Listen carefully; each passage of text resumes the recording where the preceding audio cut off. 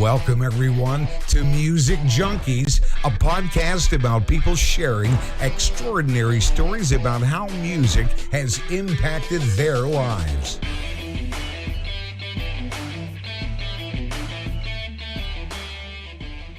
Welcome, everyone, to Music Junkies. I'm your host, Annette Smith, and today we have a special guest, Tanner Gordon. I'm excited. You're a singer-songwriter. You're from Edmonton, right? Go Oilers. Ooh, yeah, we're celebrating in Edmonton, playoff season. Thank you for having me. I'm very excited. I love it. I love how you said that you challenge your listeners to think of their own memories and how time has shaped who they are. I love that you said that. It is so blends with what I do as our podcast here today. And you've performed over 250 shows across Canada. I'm excited to go and talk about Start Again, which was named the best song of the year, which is cool. So welcome to the show, Tanner. Thank you. Yeah, very happy to be here again. And just off the hop, I mean, you understand the same as I do that music, nothing brings you back to memories of your life more than music. So that's the way I like to write is for memories like that. Yeah, I agree. So when you were putting your playlist together, was there certain areas of your life that you wanted to talk about? Or were you just like, you know what, these are kind of like my favorite jams or the ones that mean the most to me, and this is what I'm going to send Annette? So like a good front man, I went with my entire new album off the hop. Yeah, I love it. One reason for that is I really did write Start Again. The whole thing is a story and each song has a real meaning to it. I had a lot of years to put this together, and then especially during COVID, a lot of time on my own to just focus on it. So every song on that record had a purpose. There is no filler. There's nothing. This record is so deeply personal. So there was no way around just including every song if I was going to include one song. And then the rest, the unfortunate songs, I just kind of picked some that, you know, just looking on the back of my own CDs here, reading the song titles, just the first ones that jumped out at me were the ones that I grabbed for it. And I'm interested to see where I go with that, because probably a lot of them I haven't talked about in 5, 6, 10 years. So I'm interested to see what I say.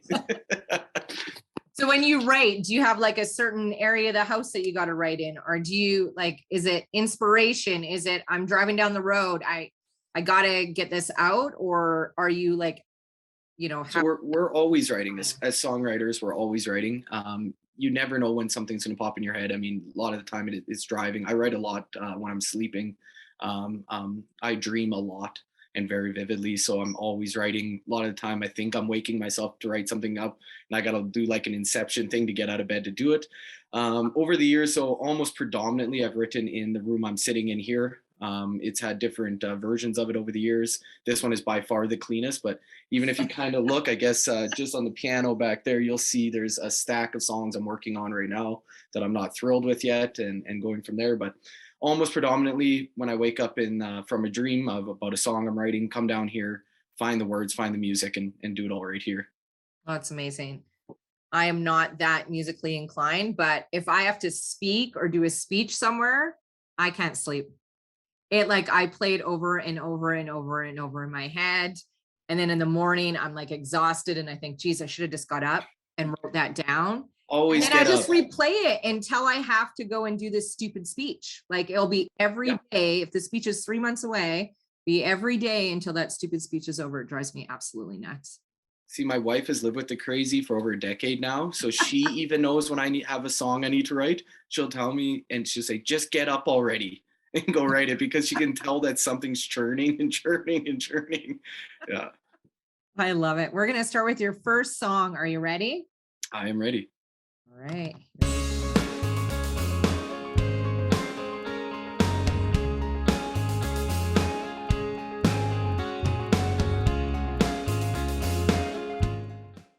So it's called Safe. Yes. I love it. So when did you write that song? Is there a certain meaning behind that song?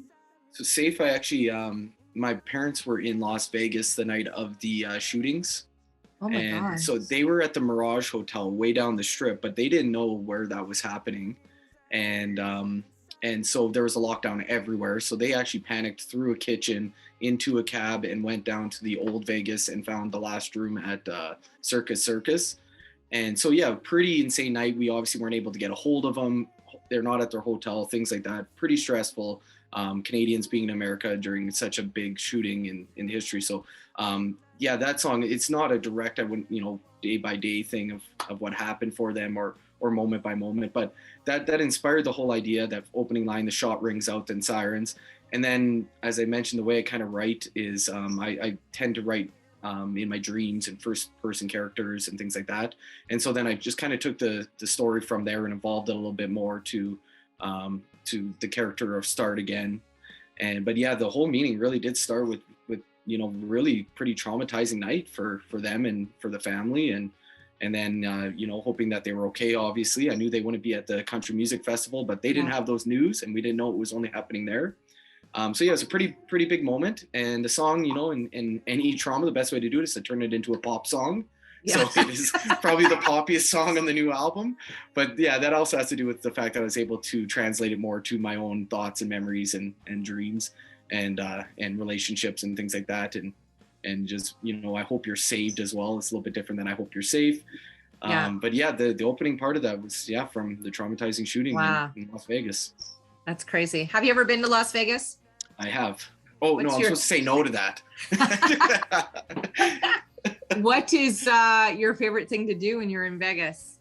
I'm a big event person. Anytime I go on vacation, I like to go and have something set up. So be it a big show, I love like the Beatles Love at the Mirage is fantastic. Or always as an Oilers fan, I've been to Oilers games all over the place, including Sweden. So really all over the world. If they're there, I'm going. Now that they have a football team, the next time I'm in Vegas, I'll be for sure at an NFL. But anything that's an event, I'll be at a fight, whatever it is. Yeah. Where is there? Do you like to go to the beach clubhouse parties like?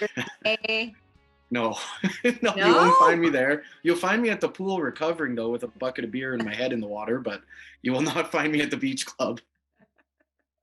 I love Vegas. I miss Vegas. We go like a couple times a year, and then obviously the crazy stupid world we live in, right? So where do you stay when you go? We always pick a different hotel every single time. What's your favorite so far? Oh, so far, let's see. I like Mandalay Bay. I really like the Mandalay Bay just because it was a lot of fun. I like Caesars. That was good. There's so many, like each of them have such a different component to what. Like when I first started going to Vegas, I loved staying at Hooters. That was like one of my favorite places. Awesome. Because it wasn't busy. Mm-hmm. And everything was dirt cheap. And obviously we didn't have a lot of money when we started going there. And that's where I learned how to play craps, right? It was totally dead. And I'm like, I want to learn how to play this game. And me and my husband and my brother-in-law and my girlfriend, and we just sat there and played craps for like hours. It was like so fun. And like, that's a good way to learn for sure. That means there's like 6 people at the table and they're like, oh, we can't, like you're raking in some money here. We can't show you anymore. I was like, oh, that's gay. But yeah, it was fun. I miss it. The first time I went there, I wore jeans, which was probably the worst thing to ever do. The last time I went there, I forgot anything but jeans. I had to buy shorts and borrow shorts. I don't know what I was thinking because it was so cold in Edmonton. I know. And I can't remember when it was. And then these massive, big, clunky shoes and with sweaters. I'm not quite sure what was wrong with me. I was dying. I remember walking from Circus to just about MGM, which is like, holy, that's a long ways. I was sweating. I was dying, sweating. I think I even, got in a fight with my husband because I was like, I'm so fucking hot. I'm dying. Like, please stay away from me. If only they had any shops for you to buy some shorts. It was crazy, but it was fun. I love it. All right. So you said you're married. Yes, I've been married. For some time. We got married in 2014. Oh, okay. So how'd you guys meet? We actually met at a show. We were playing at a place called Expressions Cafe, and my guitar player had been trying to drag my wife Feline out to a show for quite some time. You got to meet this front man. You got to meet this front man. So she came out to a show, and back then I used to, rip off my shirt and be super confident front man and do all these things. And I thought it'd be a great idea to leave the stage and just kiss her right there. So I did. So I left the stage, but then by the time I got to the crowd and, saw her face, she was not overly impressed. I did not go through with putting the moves on. But I did, I was there face to face, and I left the stage. I circled the crowd, got them revved up, went out, finished the show. She would not come to the after party. The next day, yeah, I know we had to work for it. The next day happened to be my 20th birthday. And I think it was 20th, 21, 20th. And he was, working on her. She was studying for an exam, working on her to come over for the party. It was a pretty crazy party. Come over, come over, come over. She would not. Eventually, she said, you know what? I need a break. I should come. But by the time she got there, you could imagine what a 20-year-old were pretty plastered a night after a show. Yeah. Not the best first impression again. So back to square one. I managed to get a normal date a couple days later, and then we've been together since. She moved in a couple months later, and that was it. So you must have sealed the deal like that first date, or I think so. Must have been, yeah, somewhere around there. And I'm not sure I did a terrible job the first two, or I think she might have just didn't want to be a groupie, That's right. She's like, hey, yeah. we need to have a commitment because I'm not a groupie. Yeah, that's right. And now she's band mom, takes care of everybody. And so, yeah, I love it. It all works out. What do you love most about her? Oh, I love that she's always so supportive and positive of everybody, and never enough of herself. That's definitely one thing I can say, but she is so in the corner of everybody and just wants the best for everyone. She's the most kind person you'll ever meet, and is probably the most kind person I've ever met. I love it. So is somebody that makes you nervous to go share a new song with? No, the opposite. I always bounce it off of her. Yeah. Yeah, I always bounce it off. She'll always give me it straight. And especially back in the day, she used to I could hear her sneak down the stairs to get the first glimpses of songs to see what I was working on. So she's probably tired of it. And it's funny, by the time an album comes out, she's at the first show singing every word because she's heard it 5 million times, and acoustic, then studio, and then on and on and on. Yeah. So yeah, she's definitely who I bounce the songs off of, actually. I love it. Has there ever been a song or something that she said, no, you need to change this, and you were like, no, I don't want to do that? Yeah. Yeah, because she'll be honest with it. And not all the time do I sound like modern music, for sure. She's first to tell me that you sound a little old school here. You might want to bring a little energy in this or do something like that. Yeah. And sometimes I'll just tell her, no, that's not what I'm going for. We'll never fight about it or anything, but she'll tell me straight, for sure. In subtle ways. Like I said, she's so kind, so she doesn't want to hurt my feelings either, because it is such a vulnerable thing, right? Showing that first iteration of something. Yeah, I would agree, for sure, because you're like, okay, I'm expressing myself, here you go, and then like you're nervous to hear what they have to say. Yeah, and I can pretend like I'm not, but yeah, we all are. That's right. Song. If I lose my mind, if I lose control, if I lose the road, pull me back in. All right, I love it. So if I lose my mind, this one here had a couple different versions of it. I wrote it one of the last times I saw my grandmother. She had dementia, and then I went for a highway drive down to Calgary to visit my brother shortly after. And I just wanted that memory, with how many of us suffer from that in families nowadays. We lose people to dementia, and it's so hard to see them not recognize family anymore, or know who they are at points, or even, remember their own lives. And so I wrote this song as basically in a reminder for my wife, kind of like, if that ever were to happen to me, remind me that all of these things were beautiful, the good, the bad, all our ups and downs, the struggles, and our story, all of it. I would appreciate if you would just, remind me all the time how beautiful it was to experience this life with you and with everybody in my life. And, and for music, it was a no-brainer for me. It was the first song I'd started with just the chorus like that, because I wanted to repeat it as many times as possible, because I love it with the crowd. And I can't wait for it to be played more and more so people can sing it too. The reason for that is that, I want to remember all those moments on stage as well. I want to remember how special it is to be able to perform as much as I've had, and for as many years, and make as many albums and do with such special musicians, that it's such a great experience for me. I never want to forget what that feels like. And if I do, please don't let me forget what that felt like. I love that. I feel if I was a singer, I would know that I made it like doing an anthem song like that, right? Where the whole entire crowd is singing it. I can't even imagine what that would feel like as a singer, because I know what it feels like as a fan, right? That's my favorite part of a concert is like, yes, okay, yeah, we get to sing this together. It's awesome. There's nothing like it. I'm getting chills thinking about it. Any of the songs we performed over the years, if you see people in the crowd singing it back, yelling it back, we've had such great audiences over the years that bring us so much energy and pump up all of our anthem songs and the slow songs. And everybody has their favorite, and you get to know the crowd. We're one big family, the Unfortunates Army, and it's so cool. It is. It's the best part of being a musician by far. I love it. What's your favorite? What's been your favorite crowd or place that you've played so far? It's a good one. Let's just go because it's been our stomping base for so long. I mean, probably my favorite crowd would have been when we used to play the pawn shop because they were so savage, so crazy. But I'm gonna go with Starlight Room. The reason for that is that's been, you know, our ground zero for a bunch of years now. Such a beautiful venue.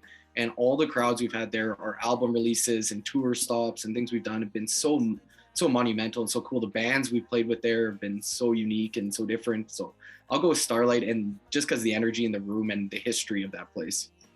What's been the most weirdest band you've played with so far? Like maybe they opened up, or we've played with so many weird ones. I'll go with just probably Electric Six, just because they have weird music and they're kind of weird guys, and I think they know it. That's their thing. They weren't like, they were cool enough, you know, to hang out with, have a beer and everything, and you know they have had a following to play for as many years as they have. But yeah, they're definitely strange. I'll go with Electric Six. One time in Winnipeg, we ended up because our tour went a little sideways. One of the bands we were supposed to be playing with falling out from it, and we had a Winnipeg stop. So we just went to this. Basically, we would headline, and they get a whole bunch of random Winnipeg bands to open and do almost like an open mic. And one guy did a spoken word single note bass poem. I don't know. Oh my God. Yeah, the band, when they watch this, is gonna laugh just remembering that. That was really something. That's hilarious. Horrific. Yeah. Have you ever seen like any weird rituals that you're like, what the fuck is this guy doing or this gal doing before they get on stage? Yeah, that's probably what bands say about us. I wouldn't say anything weird. No, I think everyone's got their own crazy, and you need to tap into that to do what we do. So I wouldn't say anything. What's your ritual? Do you guys like hold hands, do a prayer? Everybody in the band's a little bit different. Some guys need to grab air. Some guys need to just chill and quiet. Some need to be in the crowd until the second we hit the stage or at the merch booth or something. So everyone in the band's had something a little bit different they like to do. Like Tim won't get changed until close to show time, things like that. But for myself, I like to do the Jake LaMotta, I'm the boss, I'm the boss, I'm the boss, I'm the boss. Get that energy out, get my feet moving, start bouncing a bit like a boxer before I go on the stage. Every now and again I'll still vomit, and it's not nervousness, it's that excitement, especially when we've been together so long now. It's headlining. You've been waiting 7 hours since sound check to play, and so by the time you get there, sometimes that'll happen, and that's good because then I'm lighter. Not always. And then I like to do the Jake LaMotta. I like to do that. I like to get my drinks lined up. I want to hear the crowd. I don't use earplugs, and that's definitely hurt me as I get older. But I don't even use in-ear monitors for the same reason. I have to have the crowd. Yeah. And then we all get together. We get our big huddle all around. We take turns at the shows talking. I probably talk more than everybody, is you can probably realize by now. And then we just get together as brothers, make sure we're all on the same page, and walk on the stage as brothers and go from there. I love it. And have you guys always just kind of did that? You just organically, that kind of ritual just happened for your band and you, and it just made sense? Organically, early, and now I don't think we could play without doing it. Yeah, I love it. It's all that adrenaline. It's all that excitement. You're just like, oh my God, I can't wait to get out there, and you're excited to go on stage. And I love that. It's all that dopamine shots coming at you. That's right. There's no drug like it, like performing live. I love it. All right, we're going to start with another song here. I love that you sent me so many, like this kind of pick.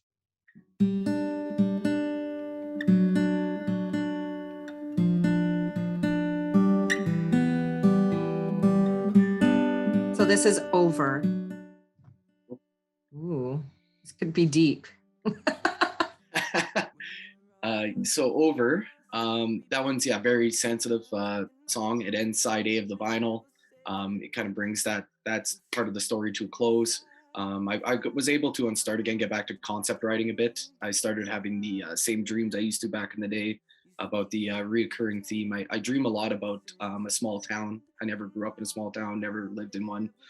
Didn't spend an awful lot of time in one, but I have this recurring theme of walking through the fields, an old house, different characters, different people, and I've been able to tap into that for a lot of years.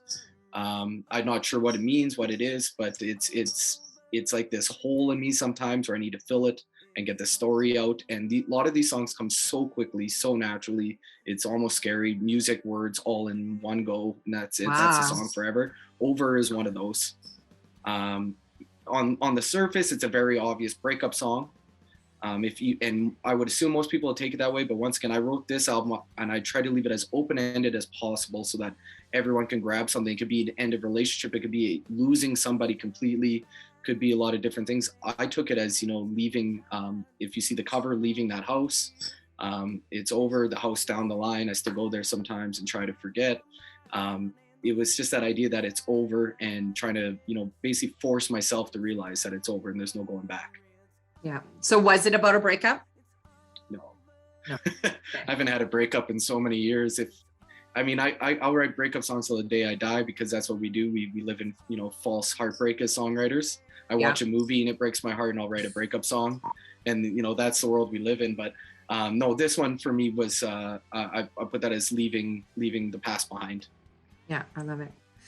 So what made you want to become a musician? Was it something, did you always, or did you want to be something different and then it just kind of happened for you? No, music was all I ever wanted to do. My dad will laugh because I probably said to him more than once, I wanted to be a lawyer. So did I. Yeah, I think that's, pipe dreams. And obviously I wanted to be Ryan Smith for a long time. I wanted to be a hockey player. I was 5'6" with no skill and not enough drive, so that didn't happen. But honestly, no, I was 7 years old and I got my first album. I forced my parents to take me. Oh, what was your first album? It was Clumsy by Our Lady Peace. I've read those lyrics, the Rain Made the lyrics. I stole everything he's done. I read them until the pages were worn off and you can't even read them anymore. So I was 7 and then I tricked them. I was always a salesman. So I tricked them into signing up for Columbia House so I could get new records every week. Yes. So every single week for a million years, because you can never quit your contract. That's right. And then I got to just study all different kinds of music that way. I had a neighbor across the street, Jim Garland, many thanks to him forever because he had the biggest music collection you could ever imagine. And he started me out at the letter A and let me go through the entire thing. Wow. I could go there every day after school and grab 1 or 2 records, go into my room, toss in my headphones, study what it was, go back, go get more every day. And then I had an older brother who was so kind to take me to every concert that came to town. We probably saw 150 bands together over, a 3-year span, an insane amount. We drive anywhere they were and just go to shows and fly with friends to Vancouver. So I just kind of did a musical education at a young age to see what everybody did. And then so I could find my own voice. Yeah, I love it. What was the very first concert you've been to? It was Our Lady Peace as well in 1999. I was too young to realize that the opening band was Stereophonics, which was amazing. And it was so loud. I'd never seen anything as that loud in my life. I was 9 years old. Made my dad walk me around the concourse during Stereophonics because I couldn't adjust the sound. But then, Our Lady Peace in their prime and how big a fan I was. One Man Army had just come out the single. I was over the moon. Happiness, that album was amazing and still love it. So that was what a cool first experience. My dad took me and my brothers to it. And that gym that I had mentioned across the street, he had taken his 2 boys as well. So what a cool first experience for a show. I love it. What kind of music did your parents listen to when you were growing up? My parents were good. I still stole their records and I still have them at my house and they're never getting back. So if they're, they listen back to this, you're not getting them back. They were great. Like they listened to, my dad would have Guns N' Roses. He'd have, Van Halen albums. My mom had a lot of Elton John, Fleetwood Mac. So nice. I had a lot of good experiences off with music. It was nothing cringeworthy, how a lot of parents could be. I had good music in the house growing up. Yeah, I love it. When my parents were a 11, like my stepfather and my mom were 11 or 14 years apart. So we had an 8-track. So my dad was like all like Blueberry Hill and Who Wears Short Shorts and all of that kind of stuff. And my mom was like Rolling Stones, Led Zeppelin, and all of that. Nice. So growing up, I knew so much different kinds of music. And now my kids, like, they're just like, there is probably not, it's very rare that somebody would put on a song and they're like, they wouldn't know it. And I love that. I love that.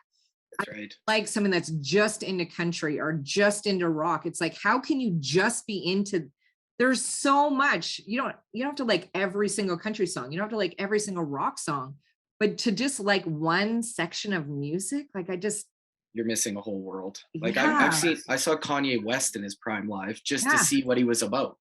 That's right. There's a reason why all these people are so big and who they are, and oh, that sucks. That was such a bad mentality I had as a kid as well. It's, well, that band sucks. Why are they, number one? Why did they win the Grammy?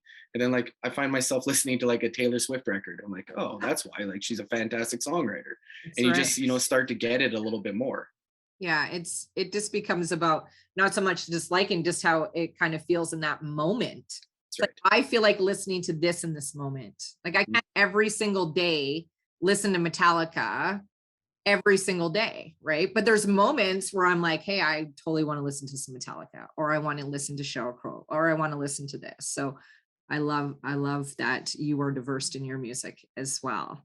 I want to ask you, is there a favorite song lyric that has stood out for you ever, that you're like, for some reason it just resonates with you? Ooh, I'd have to think about that. Somebody, obviously I have so many because I studied words and studied lyrics. Oh, I wish I had a good answer for you. That's okay. You can keep thinking about it. The first tattoo I got, maybe Oh. once again, I'm gonna do this completely unprepared. Whatever comes out is the truth, I guess. First tattoo I got is No Direction Home. So Bob Dylan right there. Yeah. I, stole that line and wrote my first song with it, and then got my first tattoo at 18 of it. And, I've always been a Dylan fan, obviously as a songwriter, there's no way around it. So let's just go with that. There's a couple of his that always I'll just love to toss on and listen to myself. Dylan's definitely a singular experience for me. Yeah. He's an interesting artist. Like, I couldn't imagine sitting there and not really knowing who he was and like listening to his singing, and you're like, yeah, you're going to be amazing. I have no idea like who had the balls to sign him the first time around, how they pulled that off. I would never been able to do that. His first songs, protest songs, changed the world, and they were. So obviously they knew it was marketable. But holy, with his voice in those young age, I like him better as an old man. I love his growl, his Tom Waits growl. I love it. Yeah. And that reminds, like when I'm driving around and it's late at night, I always toss on like a Modern Times, one of his new albums, and just pretend I'm in an HBO show with his growl and his weird jazz music feel. It's fantastic. I love it. Sorry, more blues, but blues and jazz. Yeah. All right, next song.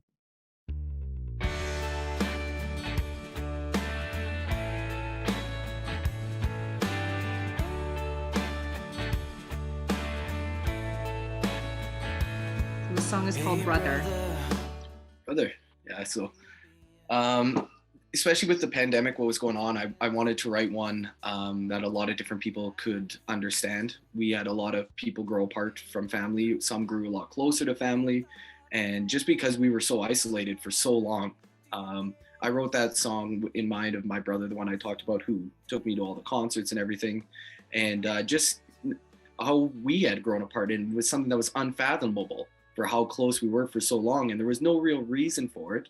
So it's basically just an open letter to, and I hope people can grab from that. It's an open letter to any of your loved ones, that nothing's, unfixable. Just call them and talk and go from there. And,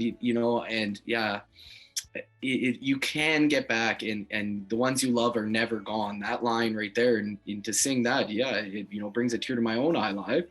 And that is one I do still. I've been so blessed with such, caring fans over the years that will go out of their way to send me a message and say, hey, this song really was cool. I don't know if you read these, but I just want you to know that I really got that. And of course I love to answer, because that's amazing. Somebody would find my song and say something. That one I've gotten a lot of response from since the album's come out. And once again, just I wrote that during the pandemic for people that were going through it. When we get out of this, call the people that you haven't talked to in a while and get together and realize that it's all love. Yeah. And yeah, that was Brother. I love that you said that. It's so simple, right? Just call. So hard to do. Drives me insane that it's that simple, but yet people just don't do it. It frustrates me. You know, I was talking the other day to some friends and I said, you know, my biggest pet peeve is if I reach out to you and you don't reach back to me. Like I don't, especially when we know this phone thing is like hooked on you. Yeah, you have it at all times. Right? Like you can't tell me that, oh, I didn't see it and you're so busy. You know, I hate the word I'm so busy and not getting back. It's crazy. And it's so simple that you can fix anything. I truly believe that you can fix anything. You just have that conversation, go deal with it. But people would rather just run and not deal with things. It is. Well, take the opening line, just, hey, brother, how you been? Just change that to anything. Hey, friend, hey, mother, hey, whatever. Yeah. It's been so long since we talked like friends. And that's the whole song just goes from there. And yeah, it's just an open letter to everybody, you know, once again, make that call. I love it. So how do people react when you tell them what you do for a living? Do they want to be friends people? with you? Yeah. I don't meet too many new people anymore. As you get older, you know what that's like, meeting new people. But people are genuinely more interested. I'd say just because and usually they have quite a bit more questions. They want to know what I've done, where I've been, things like that. And yeah, they have a little bit different glimmer in their eyes. So it's always a little funny, a little bit different. But I'd say they're a little more interested than normal professions. You ever had any crazy stalking fans? No. No. And knock on wood.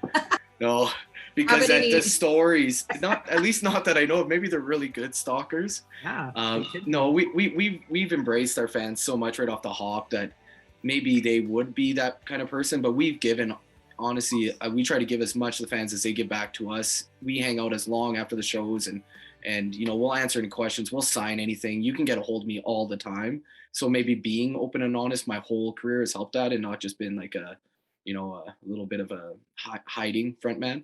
Yeah. How about any flashes? Any girl booby flashes? Yeah, we've had some fun over the years. How about I've signed some great stuff over the years. A lot of different funny items and yeah. Oh, what's the funniest item you've signed? I always laugh when it's a shoe. It's usually a really drunk guy. I like when it's a really big shoe is really funny too. So if you got like your white Nikes on and you come to a mosh pit and then you want to get your shoe signed, like I'm all in for that. That's awesome. Do you remember what your high school graduation song was? I wrote it. You did? I did. No way. And you will never find it. We have scrubbed this from the internet. My PR team, we scrubbed that whole first album. I had an album, We Don't Count, came out in 2018 called All Those Yesterdays. I even have a tattoo on my back. I've left it behind me. But it's more of a live off the floor of a 17-year-old trying to find his own voice than it is an album. But I really was trying to be a songwriter. The difference from that to what I wrote and Calm Down 2 years later is insane. The two completely different careers. So yeah, it is on that album. And even off the top of my mind, I can't remember the title, but I did write it. And in typical fashion at the time, I broke a string performing it at the actual grad. Finished the song, of course. I'm a performer. It sounded terrible, I'm sure. But what a great support going to a school that would allow, you know, the one guy who clearly had his dream set, and I had the support of I felt like I had the support of all the people I graduated with to do that, to let me use my own song. Yeah. Like, that's so cool of them. That is like really cool of them for sure. What has been one of your most memorable moments in your career so far? Hearing myself on the radio for the first time. Yeah. I'll go to that. Just because I was such a radio buff and MTV Much Music buff over the years. I used to sit around waiting for songs and Much Music Live and things like that to watch performers. And the radio, I love The Bear growing up. I listened to it every day nonstop. And when we played street hockey, it was always on. And then Sonic, when it came around, that was my high school years. I changed over to Sonic, listened to it nonstop. This new, fresh, alternative music, not my dad's rock and roll anymore. And maybe they've one's gone so alternative now, and they've gone more modern rock, the Bear. But I've always loved radio. So when Hurt No More came out in 2011, we were named Band of the Month in Edmonton for our new album, We Talk to Shadows. And Sonic took the song Hurt No More, and without that happening, we wouldn't be here. That changed everything. Having that song and that sold out show, and being able to say that, you know, we're a radio artist and we've now performed for all these Sonic bands and these Bear bands and things like that, changed everything. It made my full ability to play live and have bigger shows and have people sing my song and sing our songs. We really were such a tight band then. Sing our songs and Hurt No More. That was a cool moment. And weird thing, you think I would have like a listening party or something when I knew it was coming out. I didn't. I sat in my car and I listened to it like I was listening on the radio, just, you know, to hear it the first time like that. It was so cool to have that moment. It's always cool looking back on it. Yeah. You must have been like, fuck yeah, this is awesome. All of it was so exciting at that, especially at the beginning. There's, you know, I had such luck. I met Stu Kirkwood, who's produced all of our albums, including my solo stuff. And a friend of mine in the band Parachute Penguin, wish they were still a band because they were so great. And they introduced me, and I had no right being in a real studio like that after that first album I made. And he believed in it and he believed in me, and we were able to make Calm Down in a real studio. And we brought in all these we brought in saxophone players and pedal steel players and string sections and made this cool album. And then joined, and then we went more rock and roll in the next one, made more of a rock album, got on the radios. All of it's been such cool experiences. Our first national tour in 2014. 2018, we won Album of the Year in the States for the Wham Music Awards. So honestly, I have a list of great things that I'll never forget. And don't let me forget. Don't if I lose my mind. That's right. Yeah. That's awesome. I love that so much. And it sounds like you just appreciate your journey so much.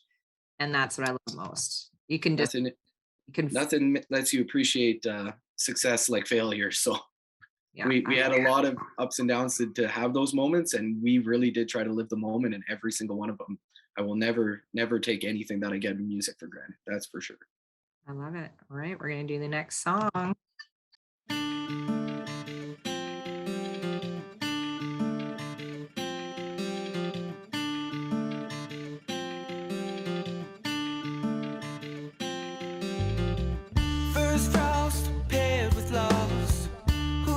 So Empty Promises.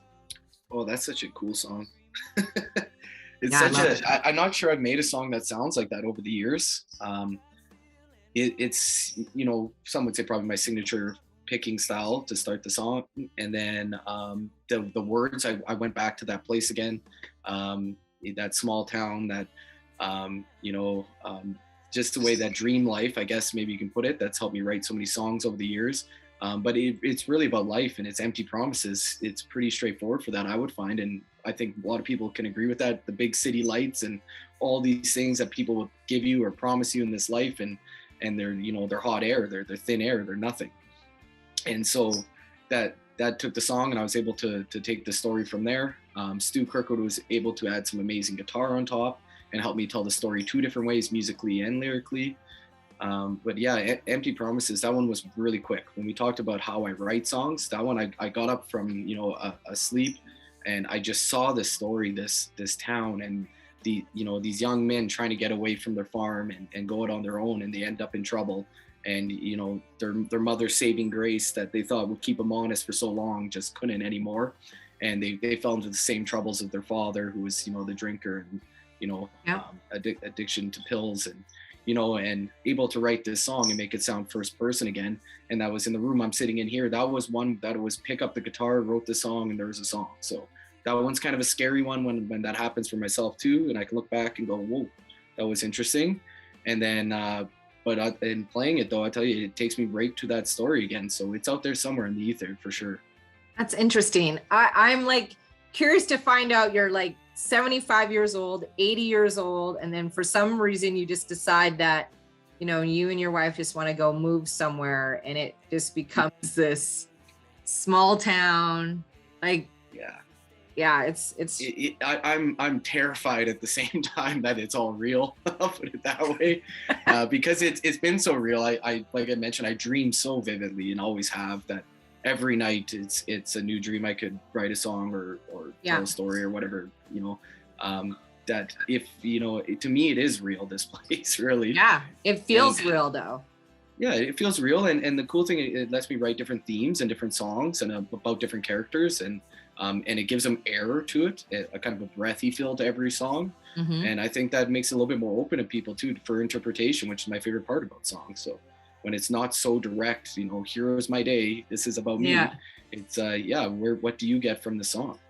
Yeah, I love it. So what musician would you love to perform with if you could pick, alive or dead? I don't know why I'm hesitating on this. I know the answer. Obviously, playing with Our Lady Peace would be a dream. I've never done it. And I definitely think it's probably something I've grown for as a musician, and would be something that's doable, both Canadian musicians. My favorite artist after, Our Lady Peace, my formative years, was Pearl Jam. I'm just such a huge Eddie Vedder fan. His style of writing, his music, the way his songs feel. That would be a dream to perform with him, either with the band or solo, his band or solo, and even maybe just spend a day in the studio and bounce ideas and words off each other. I think would be very unique. And yeah, I think those two are honestly how I feel. I think those are, probably who I took the biggest inspiration from over the years, and still continue to be inspired by them. Love it. When you were starting out in your career and you were opening, right? You were the opening act. Who were you like, oh my God, this is so exciting. We've somewhat made it. We're opening for. Yeah, so it's always been cool. Like, it's still cool when we get a call from, one of the bigger events in town or festival or radio station that needs us to open. And it every time's cool. Like, I remember like one of our first big ones was Econoline Crush. We loved them in, the 90s, early 2000s, and like, holy shit, we're opening for Econoline Crush. That was a big deal on New Year's Eve, and that was a big deal. And then we opened for Mother. It was amazing. Yeah, so every time we get a call, it's different. Pop Evil was cool just because they're like this California or Los Angeles band, and they're like, all don't live in the same city even. They're like tour musicians and studio musicians, and then they got millions, like 100 million views on YouTube. We're like, oh, that's so badass. So it's just so different than the world we were in, where we, all get together in one room and write a song and work together, and then all work in the studio together. And they're so Los Angeles, right? Where one lives in New York, one lives there, and the band members change all the time. And so it's a cool experience. Mother was the biggest though. That was a big show. And they're so big in Canada, right? That was a blast. Is there a favorite 80s frontman that you would like to be for one day? Ooh. Just one day, huh? Wow. Just one day. Oh shit, they'd be fun. I don't know why I'm thinking it, so I'll say let's go Axl Rose. I think you can still call them 80s because their first one was in the 80s, their first record. But yeah, I think just because being around the whole band would have been an absolute insane adventure. So yeah, for one day I'll go Axl Rose. I think I could survive one day with Slash. Would you stuff your pants like Axl Rose? Let's be honest. He's got to stuff his pants. Oh like God. It's out of control. Yeah. What has been if I'm wearing jeans that tight again, I might not be able to fit anything else. Oh, Axl, him and Vince, they just oh yeah, bloated, right? Like my whole love for those guys, and I love 80s. But yeah, I'm going to see Motley Crue here in September, and I'm super excited about it. And I was like a huge Vince Neil fan, and now I'm just See, I saw them on their last retirement tour. So it's going to be interesting where they're at, like on this retirement tour. I know. I've seen them like 16 times. It's out of control. All right, next song.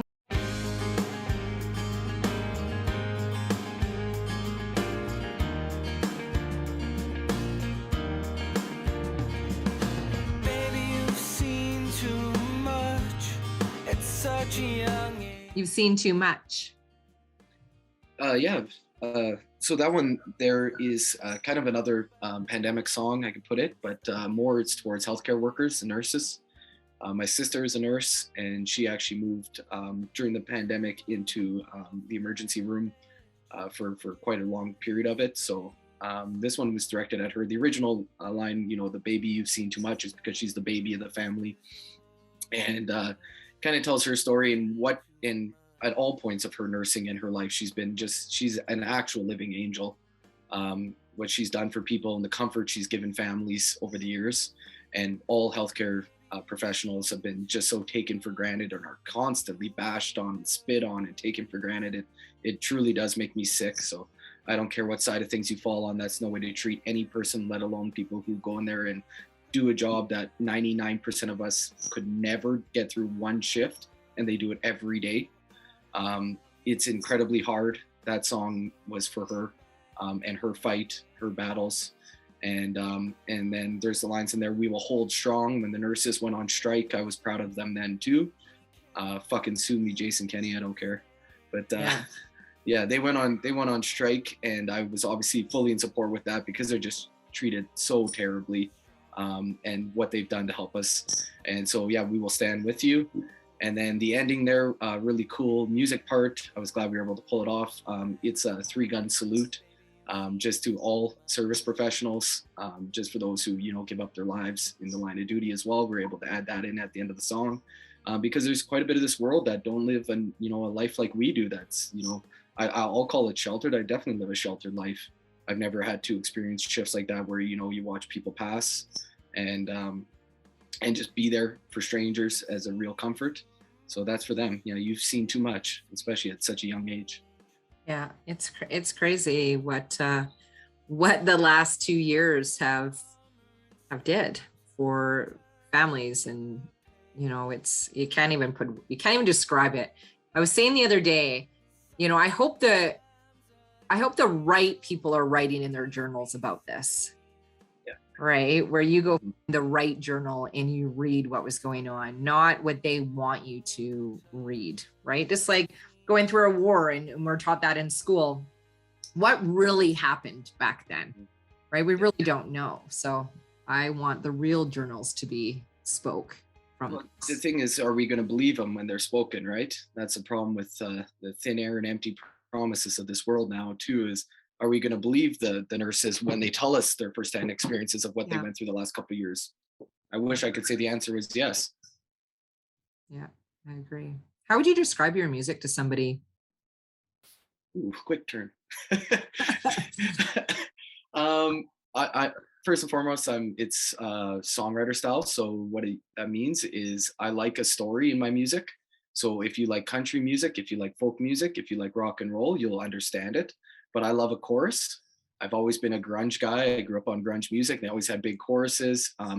And obviously, with Guns N' Roses at a young age, I always liked having a chorus that the crowd could sing. So I kind of like to call it grunge folk, because it has a story, but it's got a big chorus as well. And I usually like to have a big ending that people can get in it, a little anthemic if possible. Yeah, I love it. If you could be any superhero on the entire planet, what superpower or what superhero would you be? Any superhero. Any superhero. Oh, Superman's pretty untouchable, so that sounds pretty good. And he still has a hot wife, so that's okay. That's still good.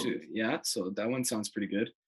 I have watched all of the Marvel movies. I did that over the last couple of years, all like 30 of them now. Did you start from the beginning? I did like the timeline. Yeah. So I did it properly. And like when I commit to things, I commit. So I saw it through and I've seen them all. Spider-Man's kind of a wimp now, so I wouldn't go with that. Yeah. Iron Man would have been my second guess, but he's dead. Spoiler alert. So that one kind of sucks. But let's go. Actually, Superman, let's go with that because he'll survive. But Iron Man would have been the coolest for sure, because then you're Tony Stark and you get to be a badass, and Robert Downey Jr., come on. And then you get to be the hero at the end. So you go down in a blaze of glory too. Yeah. And a private jet is always really cool too. Oh yeah, private jet. Superman doesn't need a jet apparently though. That's right. But you're wearing the same clothes every single day. Every day. Yeah. Every day. You still have to work a job. Maybe I'm the wrong one. I think I'm going back with Iron Man, even with the death. And those really tight underwear all the time. Yeah. Do I still have to be married to Gwyneth Paltrow though? Well, I guess if you want to trade her in, like you have the option if you're Okay, as long as I have the you option. have a lot of options, right? Even if they don't really like you, you still have a lot of options, right? 'Cause there's Perfect. those other- right. I'm gonna pick another song.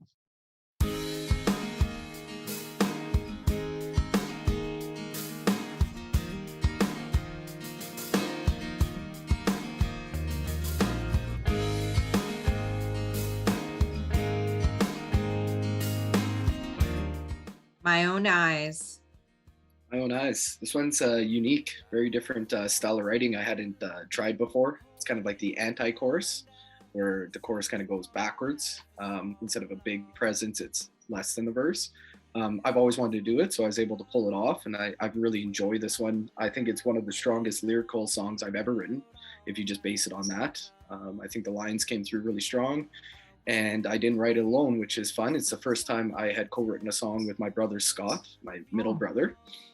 So he's a very talented songwriter on his own who doesn't show anybody his songs, doesn't perform anywhere or anything. So I'm going to probably have the luxury of stealing a bunch of those over the years. But he presented me his story, his song. And from that, what I took, I read the words, I took his story, tried to get into a mindset, and then wrote a new song from there. And first time I'd done that is kind of like a layered song, I would say. And then it became My Own Eyes, and the story and of traveling and, you know, not knowing who you are in the hotel rooms anymore, and being away from home for so long and missing out on things and families and moments and memories. And then maybe you're misremembering things as time goes on. And yeah, that went with the idea of start again. Maybe it's a second chance for all of it. And you just want to, you want to recognize yourself the next time you look at yourself. How do you and your wife, and do you have kids? My wife is pregnant with our first son is due in August. Oh, that's exciting. Yeah, we're very You excited. and your wife deal with you going on the road? She's band mom. Little code of honor here? Yeah. Oh yeah, of course. Of course, yeah. Life is too short to be messing around on that. It's not 80s frontman anymore. Yeah. I like to focus on my career, my music, and I enjoy life more than messing up a good thing for sure. And but the two of us, yeah, she's band mom. So last time we were on tour, she took care of the other wives, maybe the younger ones who hadn't experienced it. Yeah. And she's make sure she's there for them. And yeah, she's so supportive. So when we go on tour on the next one, she'll be with the baby, and make sure that I'm able to call in, FaceTime, and read the bedtime books like a good dad, even though I'll be away. And then when I'm home, I have to make sure I make it count. But then hopefully, if I get to keep doing this for another decade or decades, it'll be very cool to have them on the road, and my son on the road and things like that. I think that'd be pretty amazing experience to share with them. I think so too. So you made a really cool comment, and I was thinking about this the other day. Do you think, and I said, I don't believe that it is. So is it still like the 80s on the road? No. Like, meaning like you're partying, you're out of control. I don't necessarily mean like the screwing around and sleeping with people. I mean more of like the party. The smashing hotel rooms, the crazy. I don't think I've ever been famous enough to tell you for sure, but the famous bands I've been around are not that way anymore. I think people have to be so driven, so focused to make their careers stick nowadays. And they have to always be grinding to stay relevant, to, work on their craft, that I don't think they can just blow off days and be the top of the world anymore. And I'm not sure there's a whole lot of people wanting to work with those style of people anymore. I think professionals are probably burnt out of that. Yeah. That being said, that probably is the life still for the uber famous and those who have cover-ups and friends who will take the fall and provide them with whatever. I've never had that experience. I'm sure it's out there for some people, but I don't think that's people I'd like to work with either professionally anymore. It just sounds like such a big headache with not a lot of gain. Do you feel like people are so concerned about their reputation now that they just don't even have any Hard, yes. more? You have to be so careful on everything now, and it's not just cancel culture and woke culture, or whatever you want to call it. I think people are just being held to different standards now. Do you think any of the bands we grew up listening to would have survived their first album? I don't think so. Like, they would have been canceled for sure.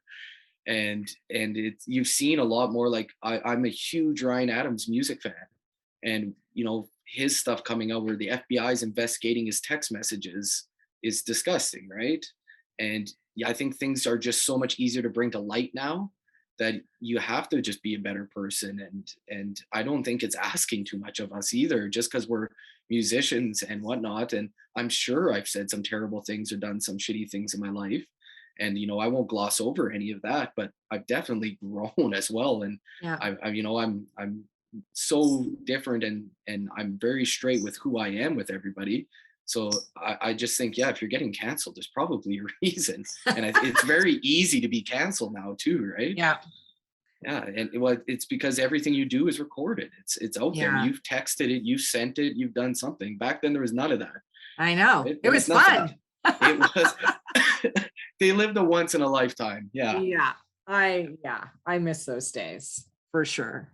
In a sense, you know what I mean? Yeah. It's like, I know what you mean by you yeah. just like go out and have fun with your friends, and you're like, Yeah. we have this couple that we hang out with, and I'm not really a big phone person. Like if we're just hanging out, I wouldn't, but they like to videotape like everything. And it kind of drives me crazy because I'm like, hey, if I want to dance stupid and I'm like Yes. drunk, Not all really that's a show, don't right? want that out there, or nobody needs to see that. It's not really exciting.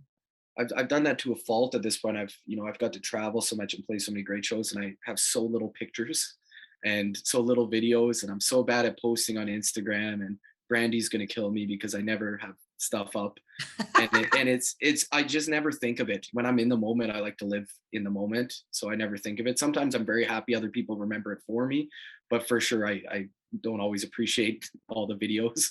At the shows, actually you would think I'd be so against at the shows, people having their phones out. Yeah. I don't get it personally. Like I would never record a show when I'm at a big show. Yeah. But it is really cool from the stage. I'm not one of those guys who will like kick the phone out of you or hit you with my mic stand, because they exist. But I wouldn't do it as a fan, but I love seeing it from the crowd. It's weird. Maybe I just find it cool that people think, that this is a great show. I want to remember this moment and look back at it. But it's never popped in my head once, all these great bands I've seen, like, oh man, I should really record this. Yeah. Yeah. I know, it's weird. What has been, in your opinion, the most favorite Canadian band that is kind of became, I guess, famous, if you want to say? Like my favorite that became Yeah. a bigger band? Like being Canadian, like you're like, I'm so Yeah, proud to it's be so Canadian. hard because I root for them for so many years and they never get the respect they deserve. Like yeah, like Tragically Hip was never as big as they should have been. There's Gord Downey, the words he wrote and the songs that the the 4 or 5 of them, depending on the album, played is amazing. And I was so happy to see him as often I did. So they never even got as big as I wanted. Yeah, I don't know. Like I was happy for Nickelback for sure because they're small town Alberta. I haven't listened to Nickelback in quite some time, but I saw them on that How You Remind Me tour as well.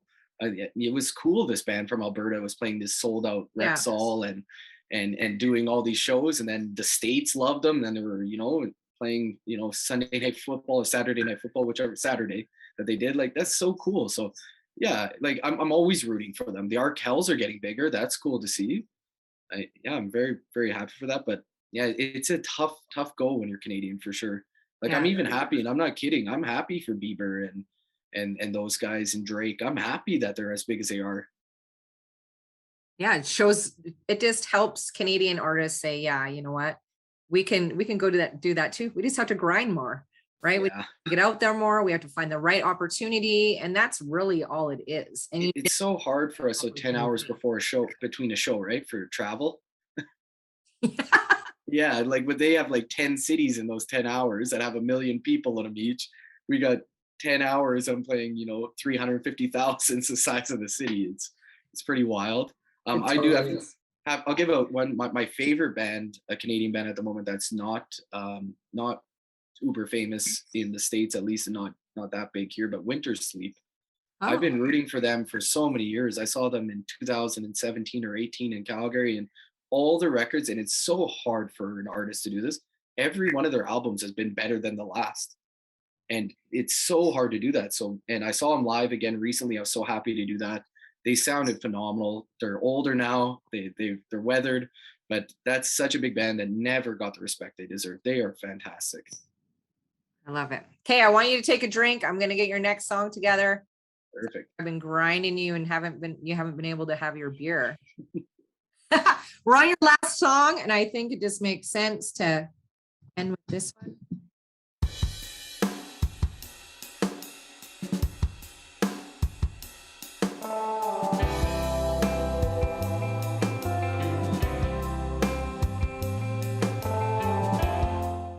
So start again. Start again, yeah. Start of a new chapter of my life, my career. Same idea. It did come from that same storyline where I grabbed songs out of the air.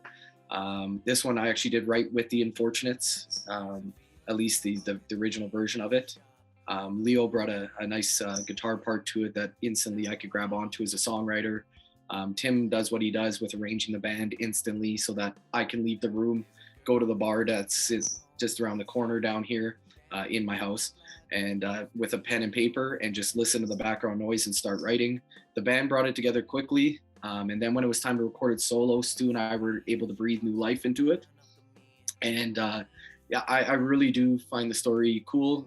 We made the video as a love letter to the city of Edmonton, which I thought was a unique spin on it, and all the venues I've played and all the different experiences I've had over the years.